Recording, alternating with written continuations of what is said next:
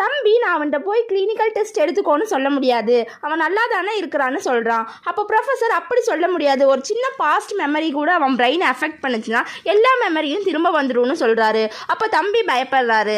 அப்புறம் ஹீரோயின் எங்கேன்னு கேட்குறாரு. ப்ரொஃபஸர் ஹீரோயின் டெம்பரரி சஸ்பென்ஷனில் இருக்கிறான்னு சொல்கிறாரு.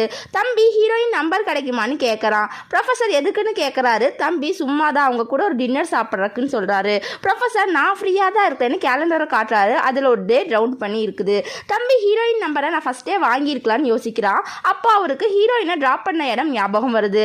அங்கே போகிறாரு. செகண்ட் லீட் அங்கே ட்ரிங்க்ஸ் வாங்கிட்டு இருக்கிறாங்க. அப்போ அவங்க கார்டு ஒர்க் ஆக மாட்டேங்குது. ஆனால் அந்த கடைக்கார லேடி ஒரு பாட்டிலை நான் உனக்கு ஃப்ரீயாக தரேன்னு சொல்கிறாங்க. செகண்ட் லீட் அதை குடிக்கிறாங்க. அப்போ தம்பி அங்கே வராரு. செகண்ட் லீட் நீ என்னென்ன ஃபாலோ பண்ணுறியான்னு கேட்குறாங்க. தம்பி எனக்கு இங்கே வேலை இருக்குது, அதான் நான் வந்தேன்னு சொல்கிறாரு. தம்பி நீ ஏன் என் ஃபோட்டோ இருக்கிற பாட்டிலை வாங்கி குடிக்கிறேன்னு கேட்குறான். அதுக்கு செகண்ட் லீட் குடிச்சிட்டு பாட்டிலை இப்படி நசுக்கதான்னு சொல்கிறாங்க.